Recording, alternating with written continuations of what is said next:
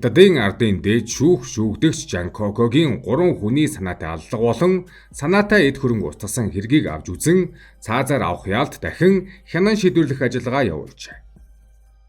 Шэнси мужийн Ханжун хотын дээд ардын шүүхэн гаргасан эрүүгийн шийдвэрийг Жанкокод зарлан мэдэгдэв. 2019 оны 7 дугаар сарын 17-ны өглөө цаазын ял гүйцэтгэх тушаалын дагуу Жанкокод цаазын ял гүйцэтгсэн байна. Хуульд заасны дагуу прокурорын байгууллагаас төлөөлөгчд оролцсон ялын гүйцэтгэлийг хянан ажигласан. Цаазын ялыг гүйцэтгэхээс өмнө Ханжун хотын ардын шүүх Жанкоког ойрын хамаатан садантай нь уулзуулах зохион байгуулалт хийжээ. Тухайн өдрийн үдээс хойш Шайшан Morning News сонины сурвалжлагч Жанкокогийн аав Жанфурутай холбогдсон бөгөөд тэрээр хүүгээ цаазын өмнө харсан хүүмэн зөвхөн ааваа зүгээр дээ гэж хэлсэн хэмэв. Ардын дээд шүүхийн шалгалтаар тогтоогдсноор 1996 оны 8 дугаар сарын 27-нд шүүгдэгч Жанкокогийн төрсөн ээжийг хөршин маргааны улмаас гэмтээж улмаар амь насыг нь хохироосон байна. Тухайн үед өнөөх хөрш гэмт этгээд нь 17 настай Ван Жинжүн гэгч байлаа. Тэр жилийн 12 дугаар сарын 5-нд Ханжун хотын Нанжин доргийн ардын шүүх Ван Жинжүнийг санаатаагаар хүнийг гэмтээсэн гэмт хэрэгт буруутхан 7 жилийн хорих ял оногдуулсан. Энэ үед шүүх нь Ван Жинжүн хэрэг үлдэх үедээ 18 нас хүрээгүй байсан, мөн хэрэг гарахад Жан Аухтай ээжийн буруу оролцоо байсан гэж үзсэн байна. Гэмт хэрэгтэнг Жаны гэр бүлд 9,000 юаны нөхөн төлбөр төлүүлэхээр шийдэв. Түүнээс хойш хоёр гэр бүлийн хооронд шин зөрчил гарч байгаагүй боловч Жанкоко эхийг нь Ван Жинжүн гэмтээж хөнөөсөн хэрэгт үргэлж өшөө санан явсан байна. Үүнээс гадна олон жилийн турш түүний ажил амьдрал таагүй байсан бөгөөд сэтгэл зүйн хувьд аажмаар тэнцвэрээ алдсан байдаг. 2018 оны цагаан сарын баярын өмнөхөн Жанкоко ээжиг нь хөнөөсөн Ван Жинжүнийг тосгонлууга шинэ жилээр тэмдэглэхээр буцаж буйг мэдээд өшөө авахар шийдсэн. Ингээд Ван Жинжүн болон түүний эцэг болоод ахыг нь алхаар төлөвлөж хэрэг үлдэхтэй ашиглах зэвсгээ бэлдэн нууцаар ажиглаж боломжийг хүлээсэн байна. 2018 оны 2 дугаар сарын 15-ны өдөр буюу битүүний өдрийн үдийн орчимд Ван Жинжүн төрсөн ах Ван Сэжүнтэйгээ өвгөд дээдсийнхээ өмнө дахил өргөхөөр тосхны хороонд очсон байв. Энэ үед Жанкоко баг зүүж хурц хутга барин Ван Жинжүний хүзүүнд нэг хутгалж дараа нь цээж гидсэнд нь хэд хэдэн удаа хутгалжээ. Ах нь зогтох гэж оролдоход түүний хөөж цээж гидс болон бусад хэсэгт нь дахин хэд хэдэн удаа хутгалсан байна. Дараа нь буцаж очиод Ван Жинжүнийг дахин хутгалж Ван Аухтай ах トゥ хоёр газар дээрээ нас баржээ. Дараа нь Жанкоко өөрийн гараар хийсэн молотовын коктейл ашиглан тэдний машиныг шатав. Үүний дараа Жанкоко тэдний гэрлүү дайран орж эцгийнх нь цээж гидс хүзүүнд нь хэд хэдэн удаа хутгалснаар тэр бас газар дээрээ нас барсан байна. Харин Жанкоко хэрэгэн газараас явсныхаа дараа нэг хоногийн дараа буюу 2018 оны 2 дугаар сарын 16-ны өглөөний 7 цагт цагдаагийн газар өөрөө ирж бууж өгсөн байна.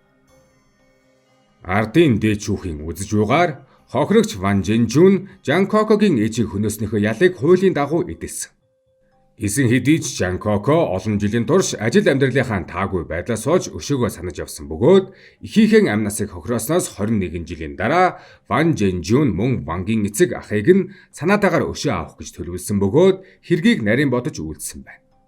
Тэрээр олон нийтийн газар багтай хутгатайгаар цагаан сарын битүүний өдөр тэдэн лүү халдаж 3 хүний амь насыг хохироосон. Энэ үйлдэлийн субъектив муу санаа нь маш гүн бөгөөд гэмт хэрэг үйлдэх арга барил нь маш харгас. Хохирол болон гэмт хэргийн үр дагавар нь нэг хүнд гэж шүүхүүлсэн бөгөөд хуулийн дагуу хатуу шийдэх шаардлагатай гэж дүүгэлсэн. Мөн халдлага аллага үүсний дараа Жанкоко өөрийн өшөөг бүрэн тайлах зорилгоор машиныг нь шатааж гэр орныг нь сүйтгэн асар их эд хөрөнгийн хохирол учруулсан тул энэ үйлдэл ч гэсэн мөн хуулийн дагуу шийдэх ёстой гэж. Жанкоко өөрөө бууж өгсөн хэдий ч энэ нь түүнд хөнгөлөлт үзүүлэх хангалттай үндэслэл биш гэж хуульд заасан байна.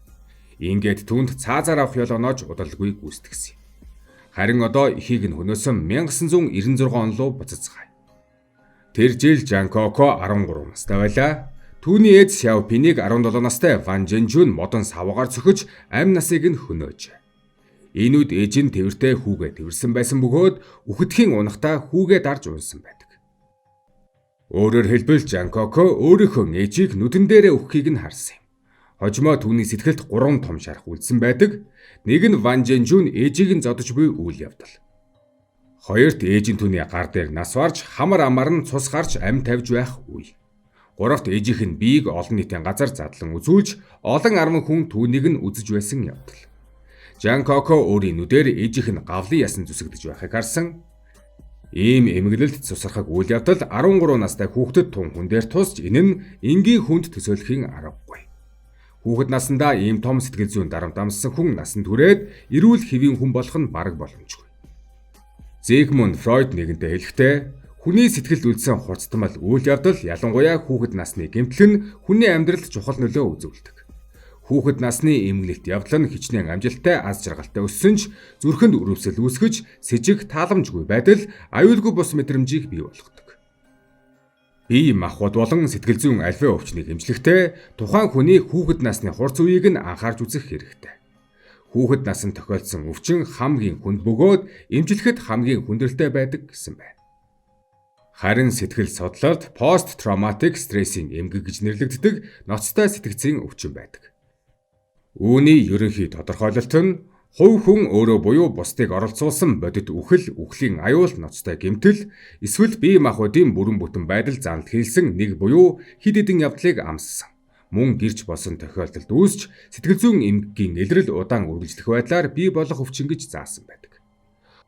Пост-травматик стрессийн эмгэгт олон шинж тэмдэг байдаг ба хамгийн чухал шинжүүдийн нэг нь санах хойно дахин давталт бөгөөд энэ нь гэмтэл учирсан дэрхэн мөчийн өвдөлттэй дурсамж дахин өөрийн мэдэлгүй санаанд орж ирэх явдал. Ихэвчлэн өвчтөн тухайн осол гэмтэлтэй холбоотой нөхцөлд орох үед санаа бодол дурсамж эсвэл зүүдэнд нь давтагдан хүчтэй сэтгэл хөдлөл төрүүлж заримдаа аимшигт үйл явдал яг дахин болж байгаа мэт мэдрэмжийг төрүүлдэг. Жан Коко өөрөө нэгэн удаа өмгөөлөгчдөө хэлэхдээ миний нүдэнд тэр жилийн үзэгдэл өнөөдрийг хүртэл гарч ирдэг. Би ихэвчлэн ихэнхэн үхлийг зүүдэлдэг гэж хүлээн зөвшөөрсөн байна. Ийм сэтгэл зүйн гэмтлийн улмаас бий болсон өршөө хорсол хутгалсан энерги болоод сэтгэл зүйн зовлон нь жиний хүний төсөөллөөс давж гардаг. Жан Коко өөрийн мэдүүлэгтээ сэтгэл зүйн байдлаа наривчлан дүрсэлсэн байдаг. Тэр хүн миний ээжийг модон саваагаар цохиж хөнөөсөн. Би яг 13 настай байсан. Тэр үед ихийнхээ хамар аманд цус дүүрсэн зүрх маань маш их өвдсөн. Би ихийнхээ өшөөг авна гэж тангаргалсан юм. Тэр цагаас хойш би энэ өшөөг зүрхэндээ тээж явсан гэх мэтээр ярьжээ. Тэрээр мөн дараа нь хэлэхдээ хэрвээ манай хөршийн гэр бүл олон жилийн турш биднээс уучлал хүссэн бол өнөөдрийн аллах гэсэн эмнэлт явдал гарахгүй байсан гэж Жан Коко хэлсэн байдаг. Хятадын эрдэмтэн Хуан Юмфэн өшөө авалтын хүслийг арилгах боломжит аргуудыг дараах байдлаар дүгнжээ. Нэгдүгээрт нууц хүч эсвэл ховсоор дамжуулан өшөөг тайтгаруулах. Хоёрт бүлгийн дэмжлэг авах замаар, гуравт хүчирхийлэлтэй бодолтой тэмцэх. Дөрөвт нийтийн байгууллагт хандах, тавт уучлах, өршөөд үзүүлэх замаар. 6 дугаарт цаг хугацааны явцад төвчих, сэтгэлээ тайвшруулах зэргийг дурджээ. 23 жилийн өмнөх шүүхурлаар Жан Коко хангалттай шударга ёсны мэдрэмж авч чадаагүй. Жан Коко хэлэхдээ Ван овогт 7 жилийн хорих ял авсан. Гадаад үзүүлэлтээр ял авсан мэт боловч үнэндээ хөнгөн ял байсан гэж. Үнэндээ Ван Жэнжүн 7 жилийн хорих ял авсан ч зөвхөн 4 жил хоригдоод чөлөөлөгдсөн.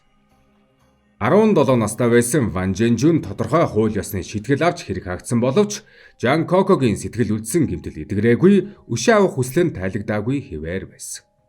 Илүү чухал нь Вангийн гэр бүл Жан Кокогийн гэр бүлээс уучлал хүсээгүй, бурууга хүлээн зөвшөөрөөгүй, өршөөл огтхон ч хүсээгүй юм. Жан Коко цагдаад баривчлагдан анхны мэдүүлгээ өгөхдөө сүүлийн 22 жилийн турш Ван Жэнжүний гэр бүл манай гэр бүлээс уучлал хүсээгүй. Мөн эдийн засгийн нөхөн төлбөрч өгөөгүй. Энэ 22 жилийн турш миний уур хилэн улам хүчтэй болсон. Өшөөгөө авахын тулд би гэргий хүүхдийг нь тоохоо байсан. Хэрвээ түүний гэр бүл эдгээр жилүүдэд биднээс уучлал хүссэн бол өнөөдрийн аллах гэсэн эмнэлт явдал гарахгүй байсан гэж.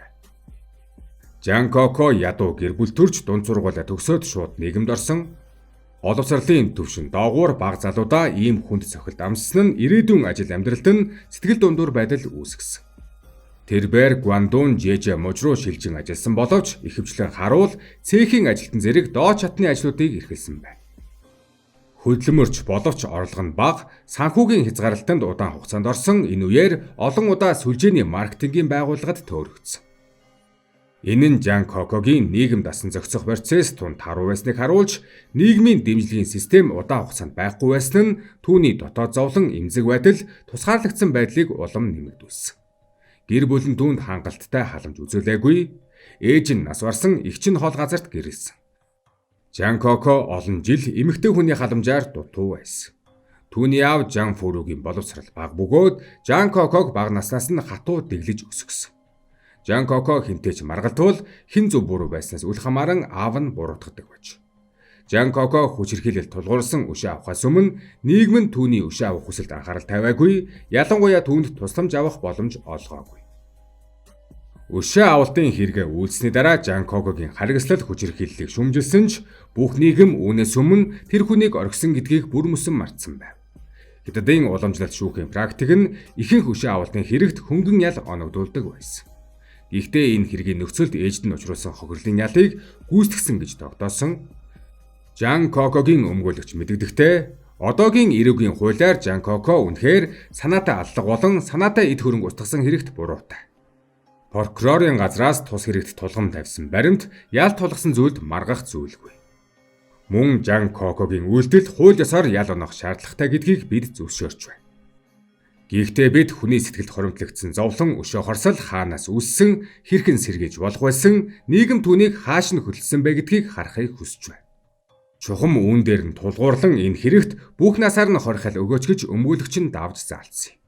Дээд шүүх түүний ялын тогтоолыг дахин хилцэхээр хэргийг хойшлуулсан ч эцсийн шүүх хурлаар Жан Коког нийгэмд аюултай хүн гэж үзэн цаазын ялыг хэвээр үлдээжээ.